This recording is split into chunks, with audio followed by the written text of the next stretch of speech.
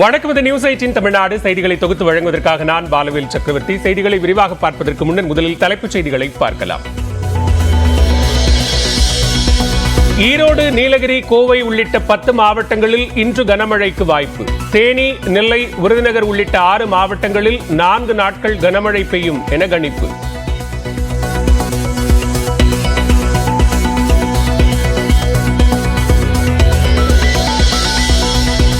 திருவாரூர் மற்றும் சீர்காழியில் மிதமான மழை.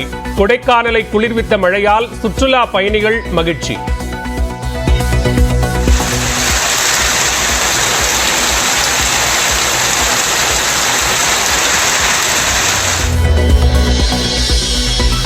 சென்னையில் ஈக்காட்டுத்தாங்கல், வளசரவாக்கம் உள்ளிட்ட பகுதிகளில் மிதமான மழை. மதுரவாயில் நெற்குன்றத்தை குளிர்வித்த சாரல்.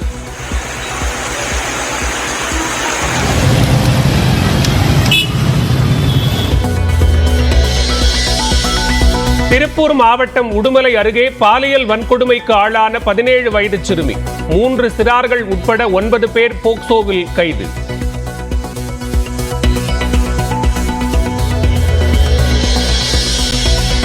சிபிஎஸ்இ 10 மற்றும் 12ஆம் வகுப்பு தேர்வு முடிவுகள் வெளியீடு. 12ஆம் வகுப்பில் 98.47 விழுக்காட்டுடன் 3ஆம் இடத்தில் பிடித்த சென்னை மண்டலம்.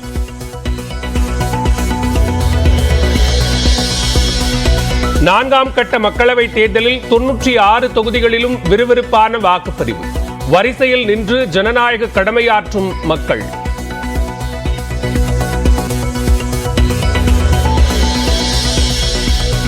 ஆந்திர தேர்தலில் வாக்களித்த முதலமைச்சர் ஜெகன்மோகன் ரெட்டி, முன்னாள் முதலமைச்சர் சந்திரபாபு நாயுடு. ஜம்மு காஷ்மீரில் வாக்களித்தார் ஃபரூக் அப்துல்லா.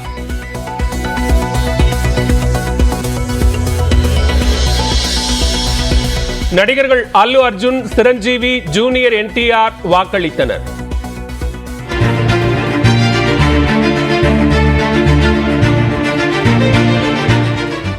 இயக்குனர் ராஜமௌலி, இசையமைப்பாளர் கீரவாணி உள்ளிட்டோரும் வாக்கு செலுத்தினர்.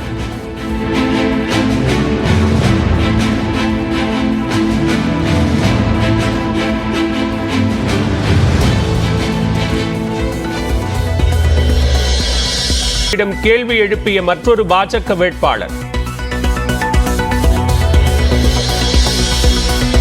விக்கிரவாண்டி சட்டமன்ற தொகுதி இடைத்தேர்தலில் பாமக போட்டியா? கூட்டணி கட்சியுடன் பேச்சுவார்த்தை நடத்தி முடிவு என ராமதாஸ் பேட்டி.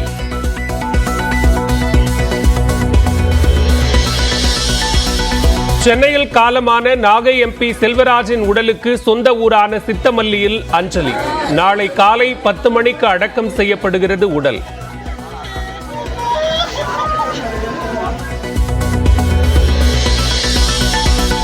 கர்நாடகாவில் கனமழையால் ஓசூர் அருகே கெலவரப்பள்ளி அணையிலிருந்து 570 கனஅடி நீர் வெளியேற்றம். 20 அடி உயரத்திற்கு எழும்பும் நுரையால் விவசாயிகள் பாதிப்பு.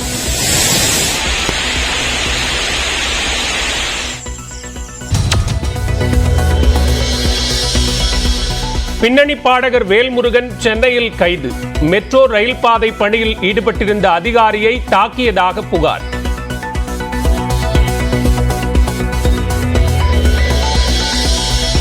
கிருஷ்ணகிரி மாவட்டத்தில் பால் கொள்முதலை நாளொன்றுக்கு 10,000 லிட்டராக அதிகரித்த அமுல் நிறுவனம்.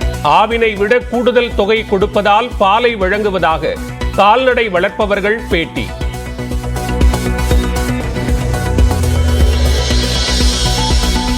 பஞ்சாபில் குருத்வாராவிற்கு சென்று சமைத்து உணவு பரிமாறிய பிரதமர் நரேந்திர மோடி.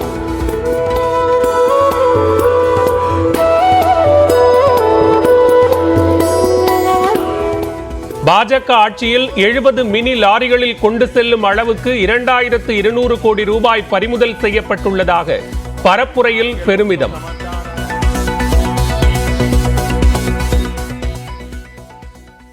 திருப்பூரில் 17 வயது சிறுமியை கூட்டு பாலியல் வன்கொடுமை செய்த வழக்கில் 3 சிறுவர்கள் உட்பட 9 பேர் போக்சோ சட்டத்தில் கைது செய்யப்பட்டனர். உடுமலைப்பேட்டையில் தாத்தா பாட்டி வீட்டில் வசித்து வந்த 17 வயது சிறுமிக்கு கடந்த சில நாட்களாக உடல் நிலையில் மாற்றம் ஏற்பட்டது. இதனையடுத்து மருத்துவமனைக்கு அழைத்துச் செல்லப்பட்டதில் சிறுமி 4 மாத கர்ப்பமாக இருப்பது தெரியவந்தது. இது தொடர்பாக சிறுமியிடம் நடத்திய விசாரணையில் 3 சிறுவர்கள் உட்பட 9 பேர் அவரை கூட்டு பாலியல் வன்கொடுமை செய்ததாக கூறினர். பின்னர் சிறுமியின் உறவினர்கள் அளித்த புகாரின் பேரில் காவல்துறையினர் வழக்கு பதிவு செய்து விசாரணை மேற்கொண்டனர். அதன் தொடர்ச்சியாக உடுமலைப்பேட்டையைச் சேர்ந்த ஜெயகாளீஸ்வரன், மதன்குமார், பரணிக்குமார், பிரகாஷ், நந்தகோபால், பவா பாரதி மற்றும் 3 சிறார்கள் போக்சோ சட்டத்தின் கீழ் கைது செய்யப்பட்டனர். 3 சிறுவர்கள் உட்பட 9 பேரும் நீதிமன்றத்தில் ஆஜர்படுத்தப்பட்டு சிறையில் அடைக்கப்பட்டனர்.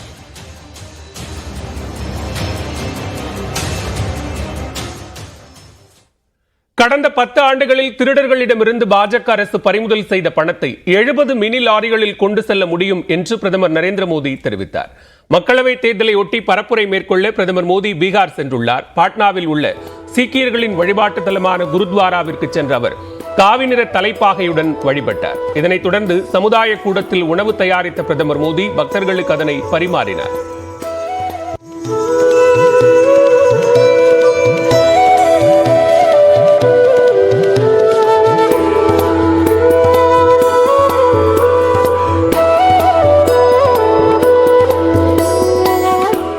பின்னர் ஹாஜிப்பூரில் நடைபெற்ற பொதுக்கூட்டத்தில் பேசிய அவர் மத்தியில் காங்கிரஸ் ஆட்சியின் போது 10 ஆண்டுகளில் திருடர்களிடமிருந்து 35 லட்சம் ரூபாய் மட்டுமே பறிமுதல் செய்யப்பட்டதாக கூறினார். ஆனால் திருடர்களின் வீடுகளில் சோதனையிட்டு கடந்த 10 ஆண்டுகளில் 2200 கோடி ரூபாயை பாஜக அரசு கைப்பற்றியதாக பிரதமர் தெரிவித்தார். मोदी ने ये जो चोरों ने रुपया पैसा गरीबों का लूटा है उनके यहां सर्च की 10 साल में मोदी ने कितना रुपया जब्त किया बताऊं? मोदी ने 2200 करोड़ रुपया जब्त किया है. उन्होंने जो पैसा जब्त किया था वो स्कूल बैग में आ जाए इतना था. मोदी ने जो पैसा जब्त किया है अगर उन पैसों को ले जाना है तो जो छोटे ट्रक आते हैं ना 70 ट्रक लगते हैं 70 ट्रक. தொடர்ந்து பேசிய அவர் ராஷ்டிரிய ஜனதா தளம் மற்றும் காங்கிரஸ் கட்சிக்கு பீகார் மக்களின் நலன் மீது அக்கறை இல்லை என்று சாடினார். பிற்படுத்தப்பட்டோர், பட்டியலினம் மற்றும் பழங்குடியினர்களுக்கான இடஒதுக்கீடு முழுவதையும் இந்தியா கூட்டணி இஸ்லாமியர்களுக்கு வழங்கிவிடும் என்றும் பிரதமர் நரேந்திர மோடி குற்றம் சாட்டினார்.